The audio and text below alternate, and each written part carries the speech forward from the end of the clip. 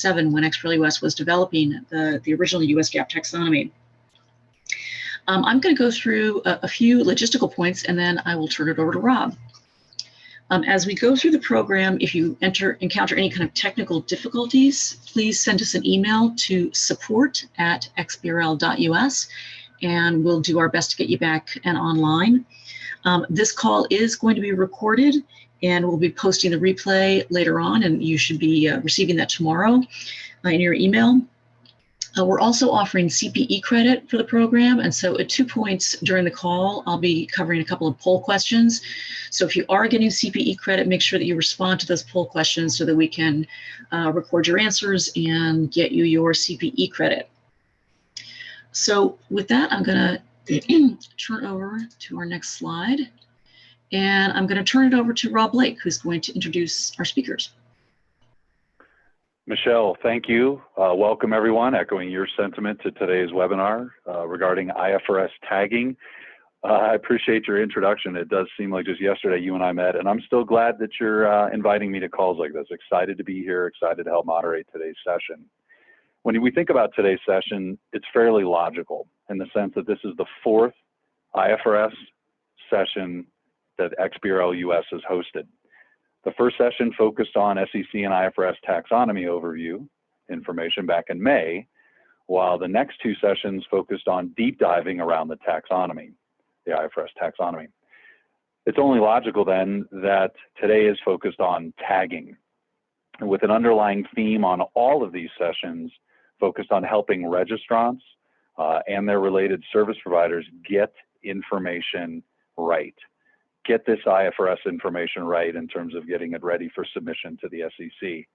And trust me when I say getting it right is very important. Great news, we're at a much different spot than we were back in 2009 at the start of the interactive data mandate. Service providers, software packages, the whole supply chain, if you will, is much more advanced around this. As a Denver-based guy this time of year, I tend to like to get out and ski a little. To me, the IFRS tagging, it is skiing, it is tagging in XBRL. It's just you may be putting on a different set of skis, right? So it should be fairly familiar with everyone in the supply chain. But the reality is it is a little new, right? It's the new taxonomy in town, and there's still going to be a bit of fear and possible agita around this effort. From its initial rollout back in March, and given the December 15, 2017 date is now in our rearview mirror, it's time to roll up the sleeves and get ready to tag as it's game on. And that's where today's webinar really comes in. We brought together a deep subject matter expert team to help extend the XBRL US knowledge and sharing around this IFRS tagging effort. So let's go ahead and move in and take a quick look at the speakers we brought together today. Really 2 key stakeholders. First, from the US Securities and Exchange Commission, we have Jill Davis with the Division of Corporation Finance. We have Kimberly Earle, Associate Chief Accountant with the Division of Economic and Risk Analysis, part of the Office of Structured Disclosure. And last but not least, Mark Green with the Division of Corporation Finance. Jill, Kimberly, Mark, thanks for joining us today. They'll be going second and addressing some specific questions we have set up tailored for today's webinar. Next, we have the IASB team, Rita Clemens, Senior Technical Manager, and Isabella Ruta, Technical Manager. Rita, Isabella, thank you for joining us as well. Finally, myself as moderator, here to make sure we keep things moving forward and get through all the content we have today. And joining us and able to contribute, and we welcome his contribution anytime, Campbell Pride, President and CEO of XBRL US. A great panel of speakers here for today's webinar, but we do have a lot to cover. Next slide. The agenda slide, I think, is the next slide, if we could. Sorry, perfect, thanks. And then we can go back to that one in just a few minutes. In terms of topics to cover, key focus is on tagging. So we're going to kick things off with the IASB team. They're going to provide a review of the preparer's guide around the IFRS taxonomy, focused on kind of grassroots, how to use the taxonomy to do tagging for the SEC FPI requirements. As Michelle mentioned at the start, we've got some CPE questions we need you to interact with for those of you needing CPE. We have 2 sets of those, one after the ISB session and then one after our moderated Q&A section, which is the second key part of the webinar. We've prepared a great series of questions that covers both what I'll call submission requirements or rule requirements as it relates to IFRS and FPIs, as well as questions regarding the taxonomy. These questions were pulled from you, from registrants, from service providers, and our goal in covering these questions is to continue to expand the detailed presentation of information around these requirements. As I mentioned that we do have a lot to cover, I'm sure you're bound to have a question or two. Great news on how to get those answered. If you have any IFRS taxonomy questions after today's presentation, your path of getting those answered is by outreaching to the ISB team at taxonomy@ifrs.org. That's again the IASB team at taxonomy@ifrs.org. We'll repeat that as a reminder in our summary at the end of the presentation. Those of you that may have rule, submission, other related requirements that relate to the SEC, nice and easy way to get a hold of them, please email structureddata@sec.gov. That's structureddata@sec.gov. We'll also be providing a phone number and a mailing address that you could get questions in those 2 ways as well. So we're going to limit our amount of ad hoc questions today, but not at the cost of getting those answered. Instead, we just got a lot of information to get through. Thanks for outreaching to the 2 teams respectively on that. But with that, I think it's time to get the ISB team in front of us. So let's go ahead and turn the presentation over to Rita and Isabella to walk us through IFRS Taxonomy, the Preparer's Guide. Team? Okay, thank you very much. First, I want to say that views that we are going to express today that are our own views and are not necessarily the views of the IFRS Foundation or the International Accounting Standards Board. Michelle, can you move to slide 2, please? Yeah. In our presentation today, we want to cover 2 main areas. That's the Preparer's Guide and the release of the annual IFRS Taxonomy 2018. The IFRS Foundation published the Preparer's Guide in December 2018. And today I will provide you with a high-level introduction, only talking about its purpose and also provide some examples of content cover. To try to cover the whole guide in detail will probably take a whole day, so it's just a very high-level summary overview. Then Isa will talk about the release of the annual IFRS Taxonomy 2018, and also that will include an overview of how you can get involved within the development of the IFRS Taxonomy content. Michelle, can we move directly to slide 4, please? One more slide, thank you. Okay. I can't see, yeah, it's coming a little bit slow, sorry. Okay, so the aim of the IFRS Taxonomy is to facilitate the digital creation of tagged IFRS financial statements. We strongly believe that investors will only use the tagged information if they can trust the tagged data. And we think that high-quality tagging requires a really good understanding of the IFRS Taxonomy content and also the IFRS standards. It's for this reason that the trustees of the IFRS Foundation decided that the staff should provide more information and more educational materials about the taxonomy. And that's why we published the Preparer's Guide. The guide explains the IFRS Taxonomy content in depth, but it also provides answers to questions that we frequently been asked from, and it addresses misunderstandings that preparers may have about the taxonomy. Michelle, can we move to the next slide? And this slide only provides some examples of frequently asked questions, especially from a preparer who is first tagging its set of financial statements. We hear like there are a large number of elements in the taxonomy. How can we really find the element we are interested in and do that in an efficient manner? Once I find a possible element, how can I be sure that I'm using the correct element to tag my disclosure. Also, I've heard that investors are complaining that values in XBRL filings are always not entered with the right positive or negative values. How can the IFRS taxonomy content help? And these are three of the most fundamental questions. Now, this slide gives some clues as the kind of things that you can use to answer these questions. But again, go to the guide to find full detail. And later on in the presentation, I'll give you an example. For instance, one example could be that you really need to look at the documentation labels to understand whether you have used the correct element.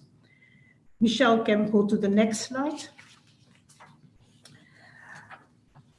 Again, because I don't want to talk in the. So this slide provides some examples of possible misunderstandings, and I just want to focus on two of them.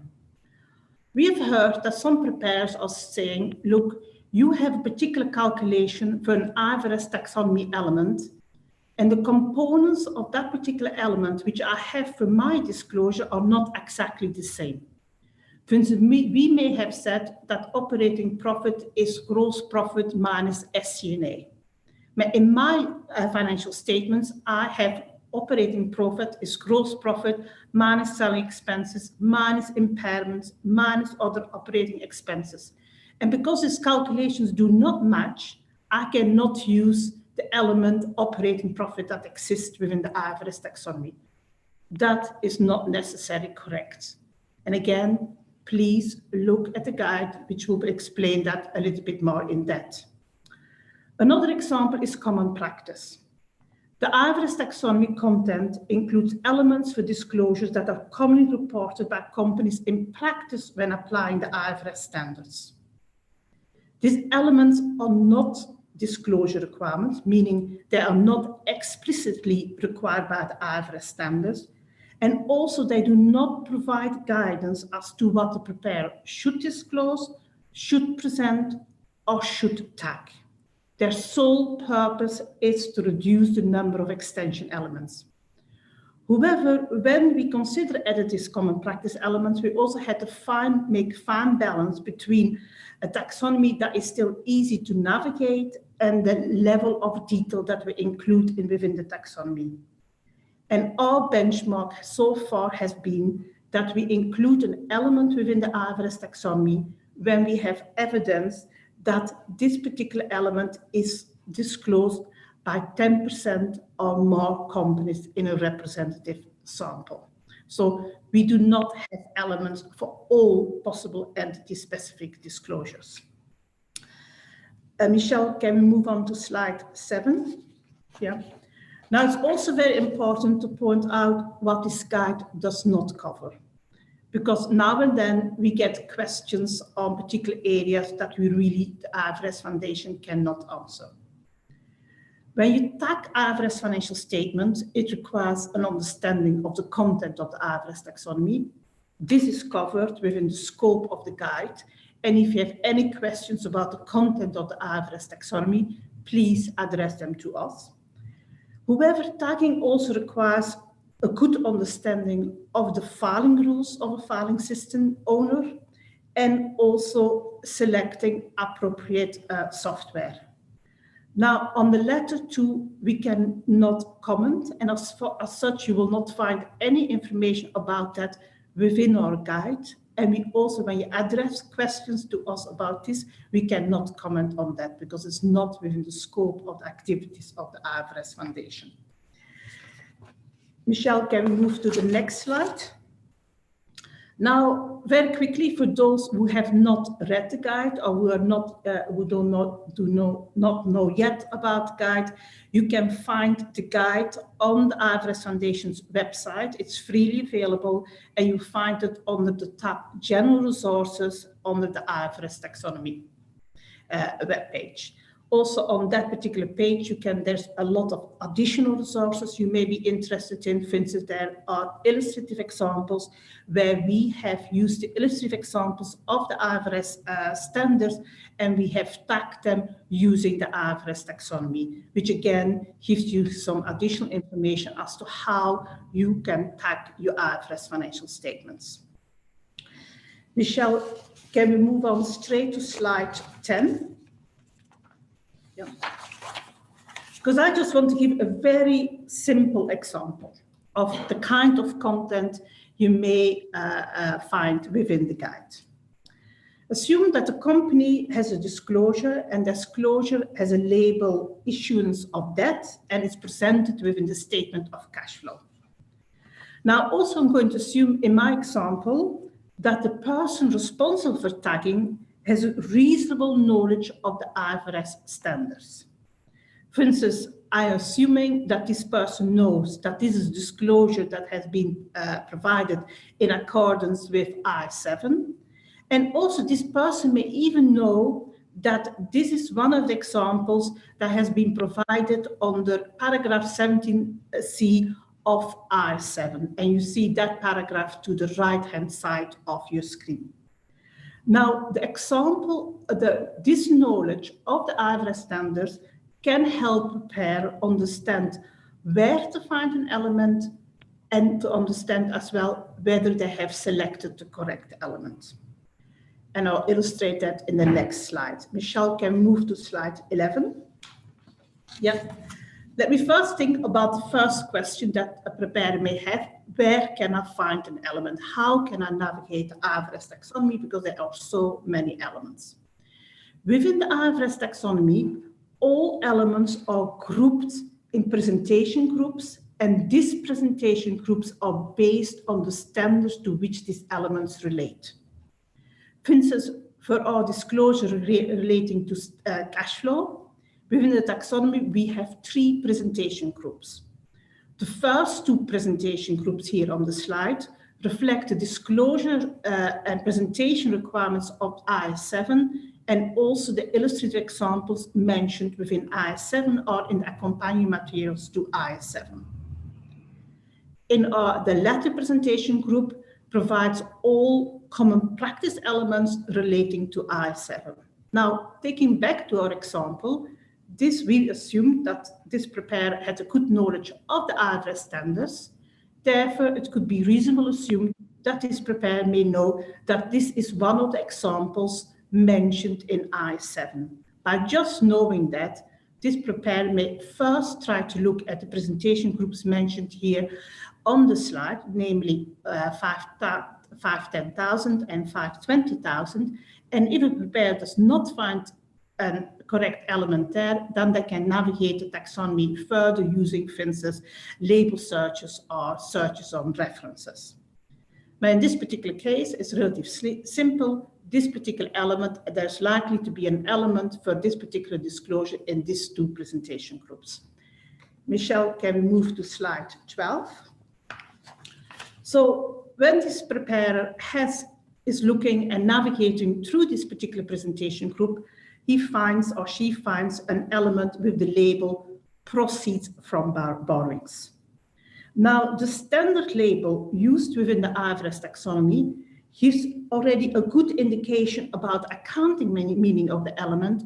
However, we recommend that a preparer reviews additional content that is available within the IFRS taxonomy to fully understand whether the element that you have found is really the correct element. And the 2 main additional content we have here is the reference to the IFRS standards and the documentation labels. On the bottom right corner of the slide, you'll see this particular element proceeds from borrowings. You see the reference to IS7 paragraph 7C. Therefore, the preparer knowing that the disclosure that he provided was an example of IS7 of this particular paragraph, seeing this reference gives you the additional assurance. Also, a preparer may want to search the IFRS taxonomy in a different way. We have XIFRS, and XIFRS is an electronic version of the IFRS standards with the taxonomy elements embedded. And you see that in the top left-hand corner of the screen, which again is a very useful tool for preparers. Michelle, can we go to the next slide? Another important content to consider to understand whether the element, what is the account meaning of the element, so to make sure that you have selected the correct element, is to look at the documentation labels. And the documentation labels within the taxonomy provides like a definition of an element. These definitions are based on the IFRS standards, especially for IFRS disclosure requirements when they are available. However, I have to say that for elements which are common practice, they are very general in nature because the IFRS standards do not define a common practice element as such. There is in fact no authoritative literature to define common practice elements. So if you mention, for instance, operating profit, the only thing we can say in our taxonomy, this is the operating profit as reported by an entity, because that's the only authoritative definition that exists of that element. However, for IFRS disclosure requirements, you normally can find a more comprehensive label. Michelle, can we move to the next slide, slide 13? Then this is just quickly if you want to know whether you should report proceeds from borrowing as a positive or negative. I really advise you to look here at a standard label of an IFRS taxonomy and a balance attribute. Now, we have not enough time to explain this in depth. Again, may I refer you here to the guide. We have a whole section which just explains this particular topic in detail. And with that, I'm going to give the presentation to Isa.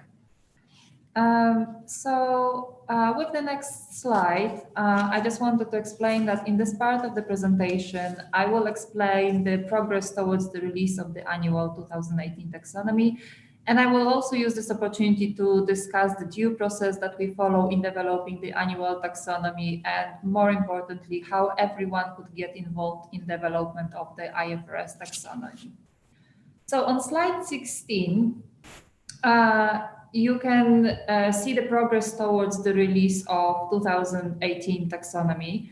As you can see, there are 4 updates that will be included in the annual taxonomy. There are 3 updates that are based on the new or amended standards. There is IFRS 17 issued in May last year, and amendments to IFRS 9, prepayment features for negative compensation, issued in October last year. There are also amendments to IFRS 4 that were issued at the end of 2016. Part of those amendments were included in annual 2017 taxonomy, but there were elements that were not available for early application, and therefore those elements will be included in 2018 taxonomy. One update is also not based on the changes to the standards. Those are improvements to IFRS taxonomy, and I will discuss them on the next slide. I also wanted to highlight here that we expect to release the 2018 taxonomy in March.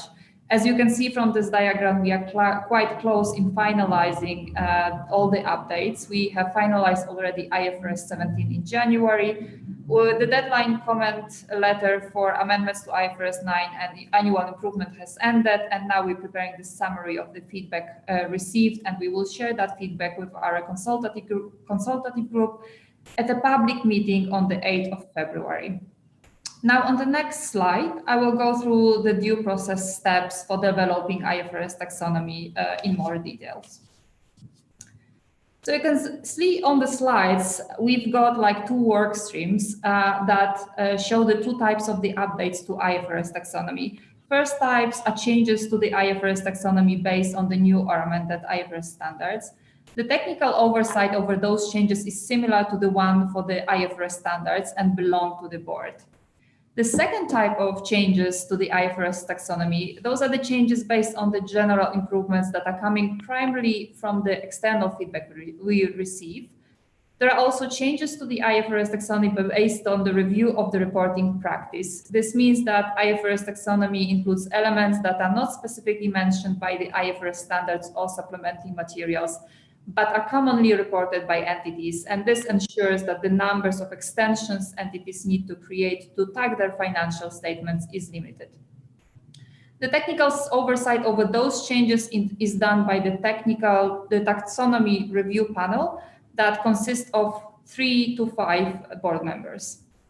In addition, we have IFRS Taxonomy Consultative Group that consists of external IFRS taxonomy experts that help develop IFRS taxonomy.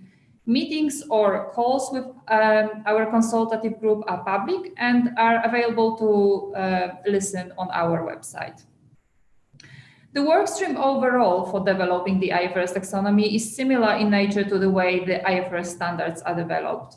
When changes to the IFRS taxonomy are identified through the changes to the IFRS standards or through the external feedback that we receive, there is internal review process by the board or review panel. As a consequence of that, we publish the proposed update to IFRS taxonomy for public consultation. Most often we publish that together with the IFRS standard if that exists. The comment letter period is usually 60 days, and this is the time where we specifically invite comments from all stakeholders. After this time, the feedback is summarized and presented at the ITCG meeting, and subsequently update to IFRS taxonomy is finalized and published on the IFRS website. Now on slide 18 and the next slide, you will see 2 examples of the IFRS taxonomy update that we've been working on recently. One is for the changes made based on the IFRS 17. This is this slide. And the next slide will illustrate steps taken in developing annual improvements. I will not go into the details on each one of them. They are just provided for an illustration how we follow the due process steps. As you can see, the developments of every update includes a lot of steps, a lot of review that are internal, external by the ITCG, and also public consultation. On this slide related to annual improvements, I would just like to highlight quite important change that we've done as a consequence of that update. And that is changing the default member to continued operation on the continued and discontinued operation axis. We feel that it's a big change, so we just wanted to highlight that this is going to happen for the annual taxonomy 2018. So watch for that change and be prepared. On slide 20, I just wanted to encourage all of you to help us shape the IFRS taxonomy by providing us comments on the proposed updates we issue.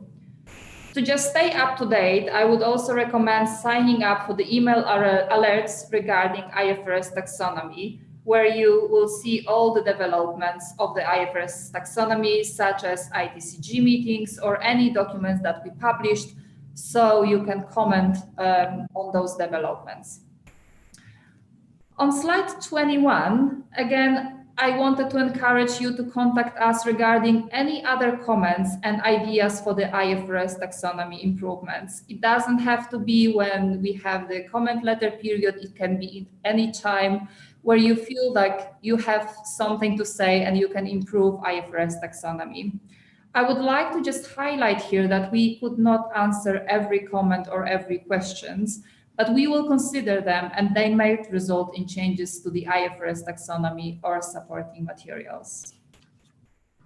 I think with that, with the next slide, we would like to finish our part of the presentation, and we give the talking back to you.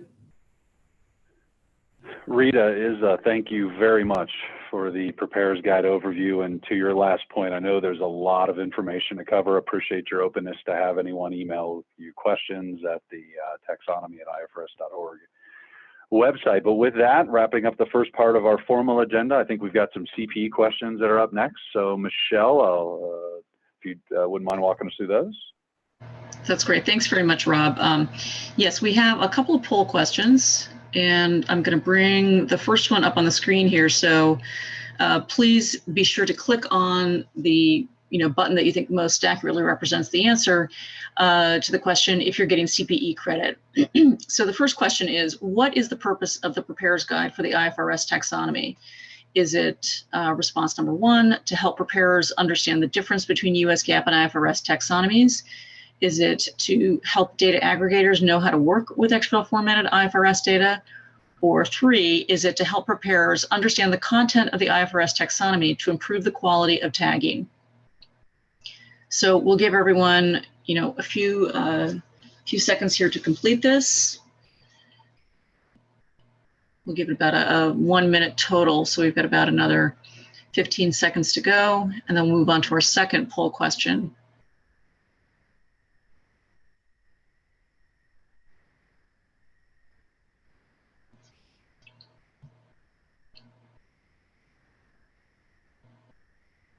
Okay, I'm going to close down the polling now for that question, and we'll go to our second question, which you should be able to see on the screen now. Which of the following is within the scope of the IFRS Preparer's Guide?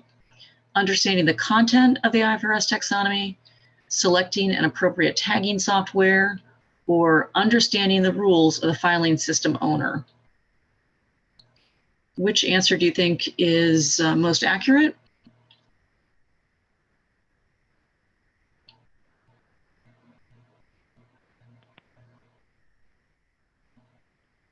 And we've got like another 30 seconds here for people to respond.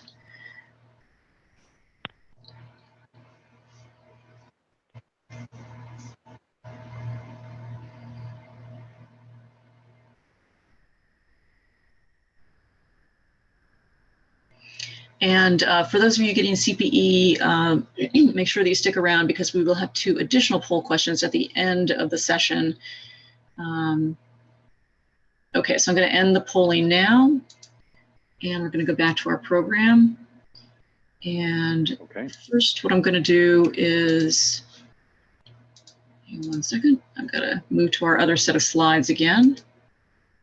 Yeah, thanks, Michelle. Appreciate you doing those CPE questions, and agree, please stick around for the end of the webinar to make sure to get those next 2 questions on that. The prepared remarks by the ISB, as we mentioned at the agenda, we wanted to also address a little bit more of a Q&A session. So we're going to move into the moderated Q&A portion of the webinar. Up first is we have some questions that are more focused on the rule, the submission aspect related to the SEC. And then we follow that up with a set of questions that will be addressed by the ISB. So to get us started on the SEC portion of the interactive Q&A session, I believe Mark Green's going to step up, grab the mic, and I think you may have something to say here at the start. Mark, thanks for your time today. Rob, thanks very much. On behalf of myself and my colleagues speaking today, Jill Davis, an Associate Chief Accountant in the Division of Corporation Finance, and Kim Earle, an Associate Chief Accountant in the Division of Economic and Risk Analysis. I want to give a disclaimer that I'm required to give that says in part that the views I give are not necessarily those of my colleagues on the staff. However, my colleagues with me today do share my views that we are very happy to be participating in the webinar, and we hope that people will find helpful what we have to say today. Having said that, the required disclaimer, the Securities and Exchange Commission, as a matter of policy, disclaims responsibility for any private publication or statement by any of its employees. The view each member of the staff presents today are those of that person and do not necessarily reflect the views of the Commission or of other members of the staff. Mark, thanks a lot. Appreciate that. And again, thank you. And we'll let Michelle get caught back up here, but thank you, Jill and Kim, for joining today. Given the amount of time we have left, let's go ahead and jump into if it's okay with you, let's go ahead and jump into our questions. First question then, how do the Commission's financial information XBRL requirements apply to foreign private issuers that report under IFRS? Mark, you want to take a response to that?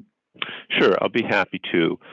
In 2009, the Commission adopted rules to require operating companies that prepare their financial statements under either U.S. Generally Accepted Accounting Principles or International Financial Reporting Standards as issued by the IASB to provide their financial statements to the Commission and on their corporate websites, if any, tagged in XBRL.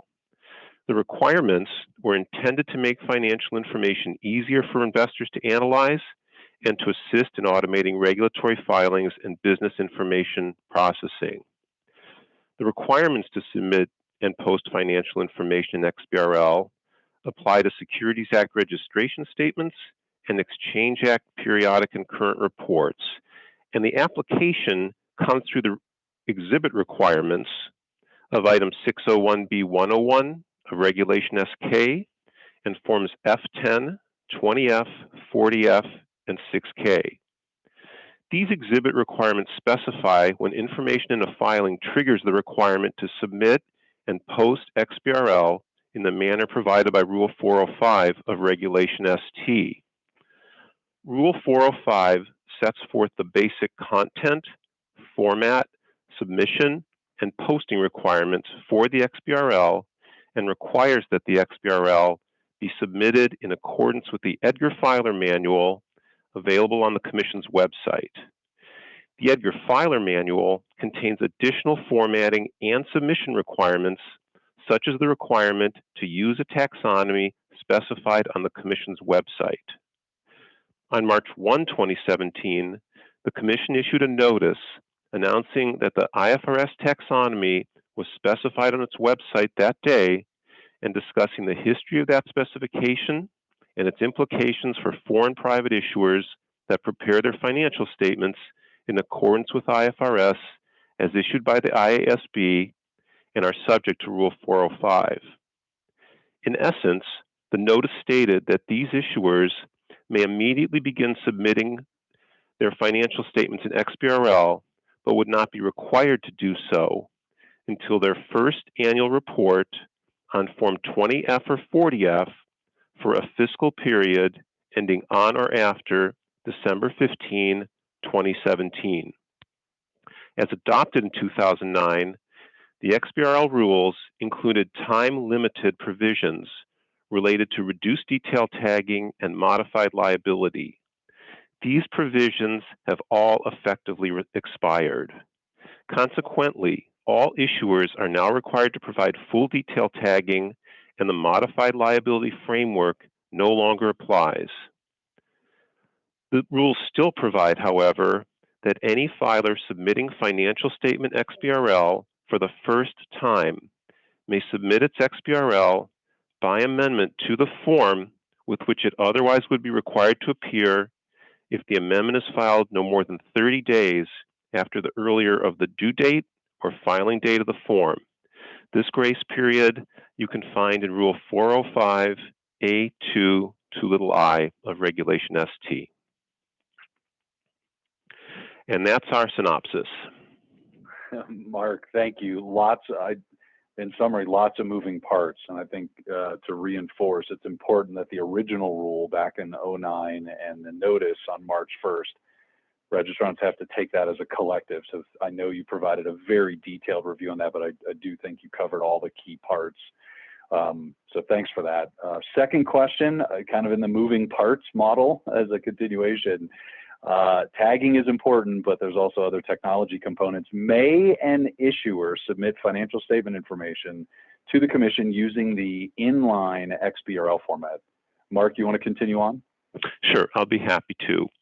In 2017, the Commission proposed amendments to the XBRL rules that would, among other things, require the use of the inline XBRL format for the submission of financial statement information and eliminate the requirement for filers to post XBRL on their websites.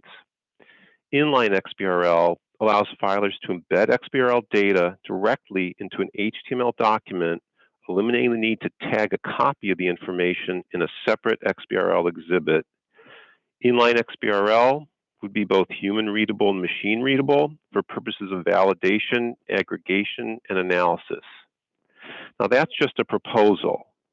Issuers that want to use inline XBRL now on a voluntary basis may do so in accordance with an exemptive order the Commission issued under the Exchange Act. There will be a link you'll see among the materials for details, but in short, the order permits issuers that comply with certain conditions to file inline XBRL in their periodic and current reports through March of 2020. And that's inline XBRL. Mark, thank you very much. Next question. What resources does the Commission provide to help people comply with the financial information XBRL requirements in general and IFRS related requirements in particular? Jill, would you mind taking that one?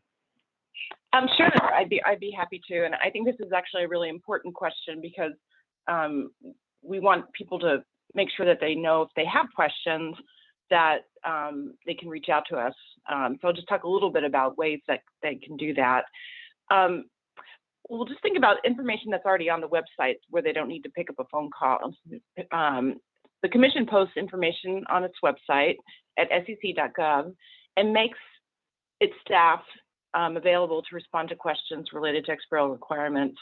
Non-technical posted information of general relevance to IFRS filers includes the interactive data compliance and disclosure interpretations and releases such as those containing the 2009 XBRL rules, the IFRS Taxonomy posting notice, and the inline XBRL protocols, or excuse me, proposals. Posted non-technical information specific to IFRS filers includes the IFRS Taxonomy FAQs, which provide a mixture of technical and non-technical guidance, and the IFRS Taxonomy posting notice release. Links to these posted items appear in the materials that in the slides. The Division of Corporation Finance staff is available via online submissions and by phone through its Office of Chief Counsel to respond to non-technical questions. Similarly, the Commission posts technical information with the close involvement of my colleagues in the Office of Structured Disclosure in the Division of Economic and Risk Analysis, and that office's staff is available by phone and email to respond to technical questions. Okay, Jill, thank you. So combination online resources, people there to help within the SEC, I think message delivered. So thank you for that. And I'll tell you what, since you have the mic, let's go ahead and have you hold on to it for just a minute. Michelle, if we could go to the next question. I feel like this is almost an extension of a topic that Mark addressed, but so perfect one. Must a company tag a Form 6K's interim financial statements for a fiscal period ending on or after December 15, 2017? That are current interim financial statements included pursuant to the 9-month updating requirement of item 8.A.5 of Form 20F, where the company has a June 30 fiscal year and its Form F3 incorporates by reference the Form 6K, and the Form 6K is submitted before the company's 20F for the fiscal year ended June 30, 2018 is due and filed. What do you think, Jill? Yeah, I guess this is actually really a live question that we've gotten, and a lot of it gets down to trying to understand when the requirements to file XBRL information for IFRS filers kicks in. So in this fact pattern that you just described, the answer would be no, because the Form 6K is submitted before the first annual report on Form 20F or 40F for the fiscal period ending on or after December 15, 2017, which is the start of the IFRS XBRL filing requirement as provided by the Commission's March 1st, 2017 notice. Perfect. So the answer is no, because it's the interim, it's not the annual. And if any questions, I would think a perfect example, any specific questions like this, exactly the type that you guys welcome receiving directly. So thank you for taking that one.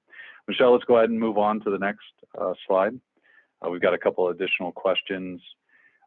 And I think, Jill, you're getting to be pretty popular on this, so if you don't mind hanging around. So is a company required to tag the following? IFRS 7, we'll take the first one. IFRS 7 disclosures physically presented outside of a Form's 20F's required financial statements, where the required balance sheet specifically references these disclosures, notes their locations elsewhere in the state filing, and states that they form an integral part of the financial statements.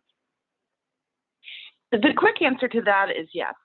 And it really gets down to, irrespective of where the disclosure is located, if that disclosure is meeting a IFRS financial statement requirement to be able to fully comply with IFRS, if it's outside, physically located, perhaps for convenience related to some other disclosures, it's still viewed as part of the financial statements, and it would need to be tagged.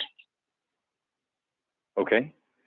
And similar vein, oil and gas pun intended, let's move to the second one.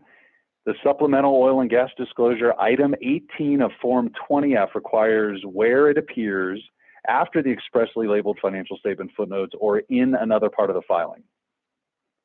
Yeah, and this one's a little bit of a twist because IFRS doesn't actually have disclosure requirements with respect to the supplemental oil and gas information. This is actually a requirement under our Form 20F, item 18, where we say that if you're a company in the oil and gas producing, exploration production business, that in order to comply with the financial statement requirements under Form 20F, you need to additionally provide this additional supplemental information. And we view this to be a financial statement disclosure, and it would need to be tagged as well. Okay, so in summary, first question on this one, no. Second question, yes, in terms of the key takeaways. Michelle, let's go ahead and move to the next slide. Once again, Jill, appreciate you sticking around. Just make sure we understand. Sorry. The IFRS 7 information, if that's considered a footnote disclosure, so yes, that would need to be tagged, and as well as the supplemental oil and gas disclosure, just to clarify. Yeah, no problem. Good call. Yes and yes, not no and yes. No location doesn't necessarily mean the determining factor, is what I meant to say. Apologies. Perfect. Yeah. Yeah, thank you. Sorry, Jill, for the incorrect summary. Okay, so for the next question, then, is a company required to tag disclosures that are not required to be presented within the required financial statements, but that are voluntarily physically presented within them? Yeah, and this is, again, another type of question that we get quite a bit. The quick answer is yes. Once they're included in the financial statements, the disclosure must be tagged. Sometimes companies, depending on their home jurisdiction requirements, will have additional disclosures to comply with other disclosures that would be in addition to, say, what IFRS would require. But once they've decided that those are part of the financial statement footnotes, then our policy, and it's been consistent even when under the US GAAP rule, is that information must be tagged. Okay, great. So a yes must be tagged on this question.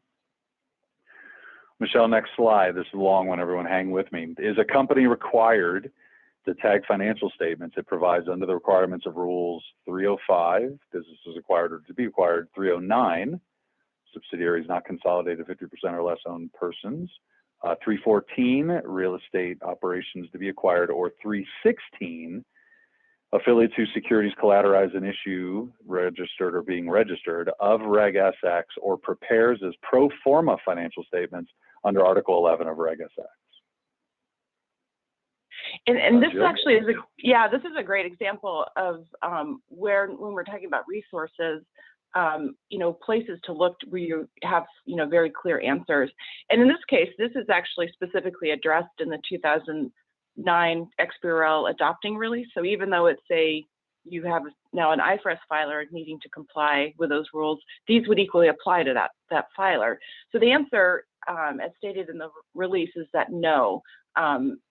Financial statements additional financial statements required under various requirements of Regulation SX are not required to be tagged. Okay, so a no on this one, and the tie-in back to the original, reinforcing the importance of registrants and service providers to reread, if you will, that original rule back in 2009. So thank you for that. Okay, let's move on to the next question, which I think is the last one in our series of SEC questions. We'll take these one at a time. I think Kimberly, feel like you're feeling a little left out, so if you don't mind grabbing the mic from Jill. First question, are there different EFM rules for IFRS filers? Rob, Thank you. I wanted to first let the participants know that we've been mentioning a multitude of SEC resources during our remarks. And let them know also at the end of the slides today, there's 3 pages of SEC reference links. So don't worry about trying to remember all the locations and resources that we're mentioning, because the links are going to be provided at the end of these slides. So going to your question, are there different EFM rules for IFRS filers? The answer is no.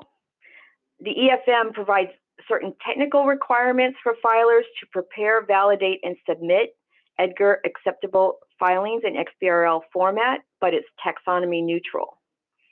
The key chapters to look for are Chapter 6 in Volume 2, which talks about XBRL, and Chapter 5.2.5 of Volume 2, which provides guidance on voluntary inline XBRL requirements.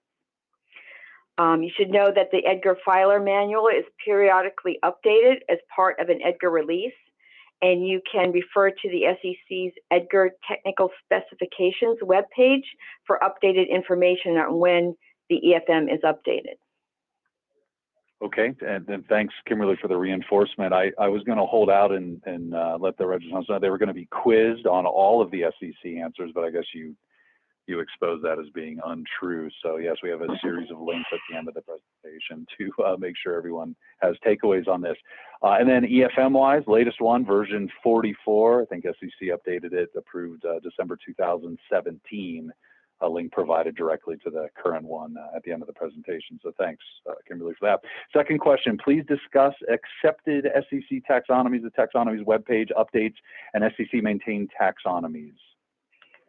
Okay, so taxonomies that the SEC has accepted for use in filings are listed on its standard taxonomies page, which we provide in both HTML and XML format.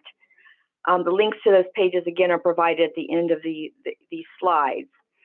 So taxonomy updates occur as part of an EDGAR release. That includes adding taxonomies as well as removing taxonomies.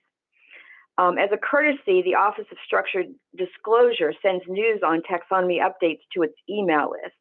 So if you haven't already, be sure to join our list by submitting your email address on our homepage, xbrl.sec.gov. It's as easy as that. Along with the base taxonomies that are maintained by the IASB and the FASB, the SEC also maintains certain taxonomies for use in SEC filings. For example, the document and entity information or countries taxonomies. The release notes for these taxonomies are on the Office of Structured Disclosure website. They're updated on an annual basis as needed, and there's a public review period generally around September each year, which we publicize to our email list and on our webpage. Okay, and let's stay on that taxonomy thread then. Next question, so thank you for that. Very important for everyone to keep an eye on that taxonomies page and information. Where can I find tags for financial statement and schedule disclosures the Commission requires that are not included in the IFRS taxonomy? The answer to that is that the Office of Structured Disclosure has a web page of FAQs on the IFRS taxonomy. One of these FAQs refers to XBRL tags that correspond to a specific set of financial statement and schedule disclosures that are available in the U.S. Generally Accepted Accounting Principles taxonomy. Foreign private issuers that prepare their financial statements in accordance with IFRS as issued by the IASB are encouraged to refer to the U.S. GAAP taxonomy for those standard XBRL tags. An upcoming item to monitor is the SEC reporting taxonomy that has been proposed by the FASB and is available for review on their website.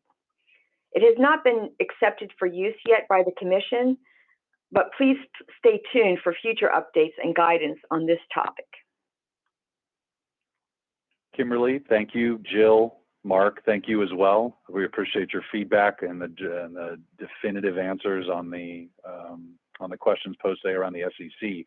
Let's go ahead in the remaining time. We have shift the lens to the International Accounting Standards Board. Rita, Izza, we'll get you back on the mic here. Let's get started with your first question. I think first question, I understand that taxonomies differ depending on the jurisdiction and regulator involved. how does the IFRS taxonomy used by the SEC differ from the South African CIPC taxonomy? Isa, do you want to take that? Sure. Hi. The IFRS Foundation's terms and conditions for the use of IFRS taxonomy, in essence, permit a regulator to extend or customize the IFRS taxonomy to adapt for the local requirements.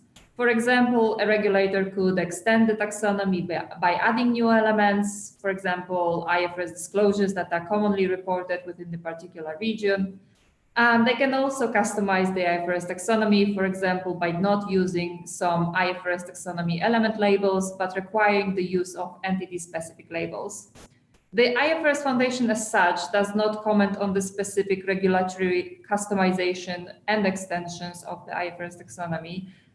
This includes commenting on any differences that may exist between the IFRS taxonomy and as used by the SEC and the IFRS taxonomy as used within the South Africa. So unfortunately, I cannot go into the details of those differences, but those differences might exist. We are aware of that, but we did not analyze them, and we could not comment on the details of that.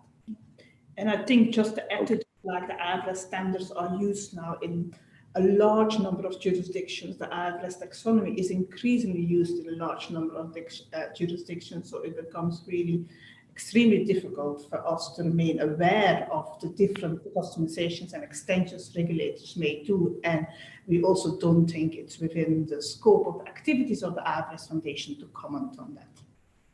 Okay. So in summary, if anyone has a question about, so yes, IFRS, the core taxonomy can be used by regulators for their needs and extended. Yes, if people have questions about a given regulator that is extended or uses IFRS, they should direct those to the given regulator or interested involved party. Thank you guys very much for that. Let's move on to the next question. It's for the ISB team. With the IFRS taxonomy comes a number of entry points. What is the most appropriate entry point to use for researching tags? Rita, you want to grab that one? Yeah, okay, I'll do that. I think first, the IFRS Foundation has multiple entry points to really respond to needs of multiple regulators using the IFRS taxonomy.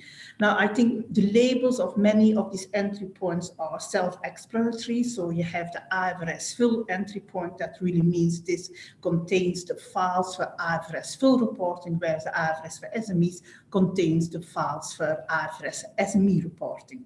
The one which may be less self-explanatory is the combined entry point and the basic entry point. Now, the combined entry point is the entry point that contains all the files that we have. So it contains the files for full IFRS reporting, IFRS for SMEs reporting, and management commentary. The basic entry point is in principle the files for full IFRS reporting, that it excludes some specific XBRL features that, among others, permit for the translation of the labels of the presentation groups in other languages. Now, the question is really, what would you now suggest as most appropriate entry point for researching?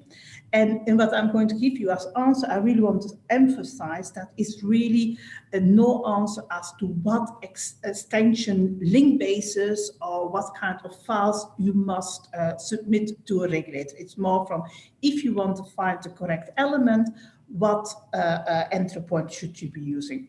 Now, that is going to completely depend on the requirement of the filing system owner. If the requirement is for full IFRS reporting, you may find it easier to navigate a taxonomy by just choosing the entry point that only applies to IFRS full reporting. Equally, if you do IFRS for SMEs, then you may only want to use an entry point for IFRS for SME reporting, because you would have to go navigate through a smaller list of elements. Now, we mentioned already before, and also in the documentation, in the preparer's guide, we stress the importance of documentation labels to help you understand the accounting meaning of an element. So it would be my personal recommendations that you should really select an entry point that includes documentation labels. And I hope that that answers the question. So it's very simple. It depends on the filing mandate. If you want to narrow down the number of elements, choose the most appropriate entry point, and also use an entry point that includes documentation labels. Got it. Rita, thank you for the detailed overview. And keeping an eye on time, I know there's some folks that maybe have to run. You have 2 more questions. But let's pivot over to the last set of CPE questions in honor of the originally scheduled 1 hour. So Michelle, turn the mic to you for the second set of 2 CPE related questions. Great, thank you so much. Thanks, Rob. Okay, I'm going to open the third poll here, okay, which you should see on your screen right now. The SEC final rule requiring that foreign private issuers file using XBRL was adopted in what year? In 2009, in 2017, or in 2018?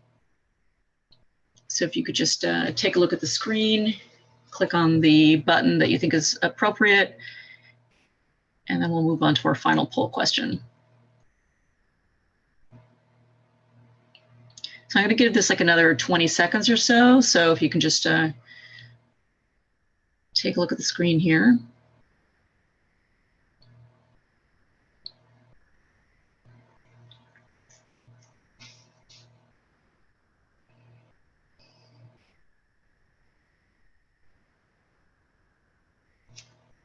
Okay, I'm gonna close that poll down, and now we'll go to the last poll question for CPE credit. Foreign private issuers are now required to comply with XBRL requirements because answer 1, the SEC finalized a new rule in 2017 requiring foreign private issuers to prepare XBRL financials, or 2, foreign private issuers are now allowed to file using the US GAAP financial reporting taxonomy, or 3, the SEC published the IFRS taxonomy on their site. Which is the correct response?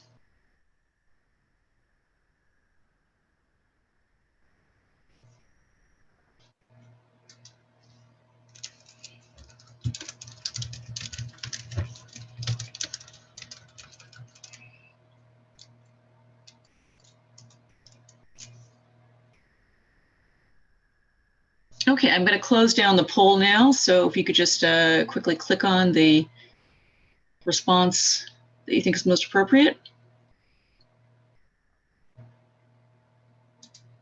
Okay, great. Thanks. And I'm going to go back and turn it back over to you now, Rob.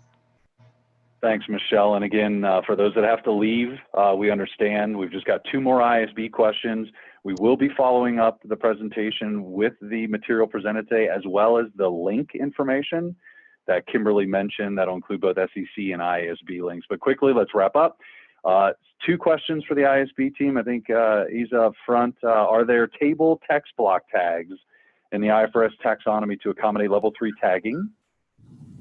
Yeah, sure. So the IFRS taxonomy has a number of text blocks that permit block tagging. For example, each table within the IFRS taxonomy has an associate text block. I think to just refer back to the preparer's guide that explained in detail the available text blocks and where they are located within the IFRS taxonomy.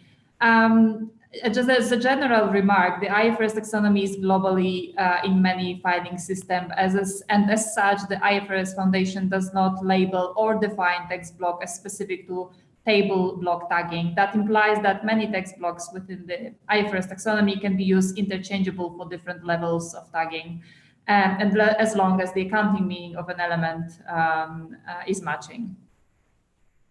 Okay, thank you. Second question. I think we'll tag in Campbell. How can IFRS XBRL filings be validated? How might FPIs use XBRL formula rules and IFRS to validate? Could XBRL data quality rules, committee rules be used for IFRS filings? Campbell, a couple quick comments on that.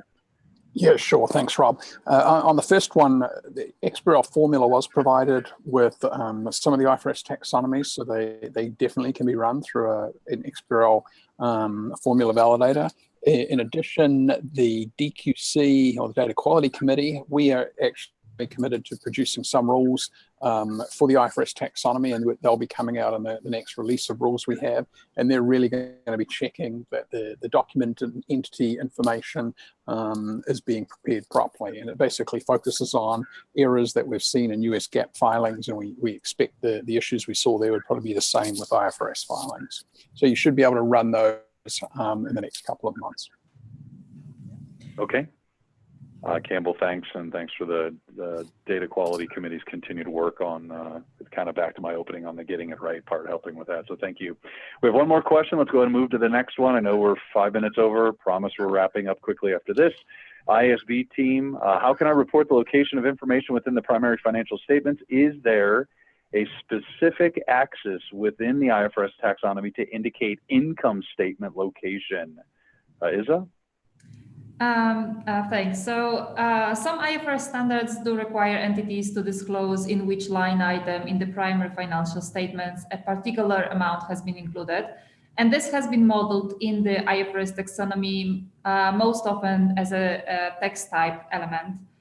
For example, the new IFRS 16 leases standard requires to disclose information about line items in the statement of financial position, which include right of use of assets, and IFRS taxonomy includes such text element to cover this disclosure. However, the IFRS taxonomy currently does not have an axis to report the location of information overall. We do appreciate now the feedback received that may indicate that this may be an area that we might need to undertake the review of reporting practice to find common disclosure. And as I mentioned before, this may result in additional elements being added to the IFRS taxonomy in future. We do appreciate that in the meantime, a preparer might need to create a text type extension element or axis to the IFRS taxonomy to tag information that is not specifically required by IFRS standards. But again, just to mention, thank you very much for the feedback. We appreciate those comments and then the other comments that are coming up, because that give us an indication where we might need to do some further work. Okay. Thank you. And last question, Rita, to you. Can you quickly explain the IFRS's approach on the use of durational or duration element types? I'll be very fast, Rob. I really would say at the moment, the IFRS taxonomy does not use the durational data item type. This is something that we may consider for the future. However, what I want to emphasize as well is that we use instead a decimal data type, which is in fact a higher level parent type of element of the durational data type, which means that you can still continue to use the IFRS taxonomy element for a durational data type element, even if we've given that a decimal data type. So do not create extension elements with that. That is my quick summary here, Rob. Mm-hmm. Okay. Rita, thanks for bringing us across the moderated Q&A question line. I really appreciate that. I know we're 8 minutes over. Also appreciate everyone hanging in there. Michelle, if you could just show the link slide. As Kimberly started us off with the reference, as part of our follow-up today in the webinar, you'll be getting a series of links that tie back to all of the relevant information, locations, defined pieces of detail, either directly or indirectly reviewed on today's call. This includes both SEC links. I think Michelle had 3 pages of SEC links, at least a good 2, I think 3, and 1 on the ISB. So don't expect people to write this down. You'll be getting this. Michelle, I'll turn the mic back to you to wrap. Again, thanks for having us all on today's webinar. Rob, thank you so much for leading us through the discussion with the SEC and the ISB. And thanks very much to all of our speakers. I think this has been really helpful, and hopefully our audience got a lot out of this. We're happy to provide additional webinars going forward on topics like this and other matters that are going to be very much of importance to SEC filers. So thanks again. And we don't have a next event scheduled at this point, but we will have one in February, and we hope to see you all there. Thank you.